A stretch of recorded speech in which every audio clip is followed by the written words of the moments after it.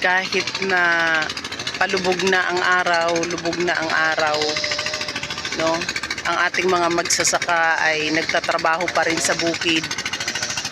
Ganun po kasipag ang ating mga magsasaka at ganun po sila ka-tiyaga.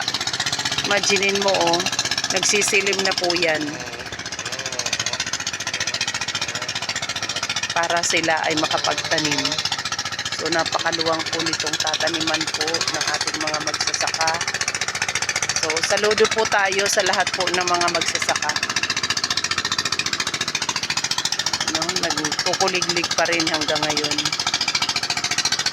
So po yan, sa isang araw matataniman na po ito.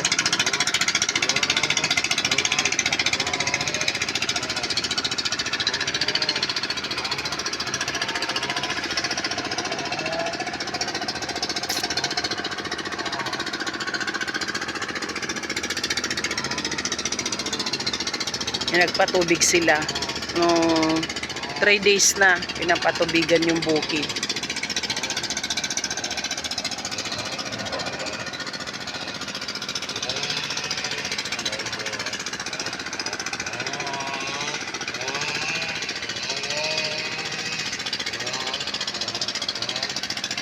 Sipag ng tatay, oh, ng ating magsasaka dito.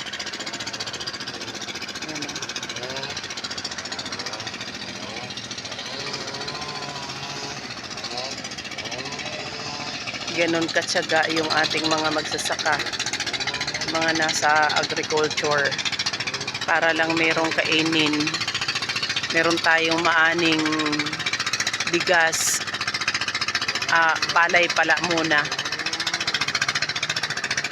palay para merong kainin ang mga Pilipino. Ayan.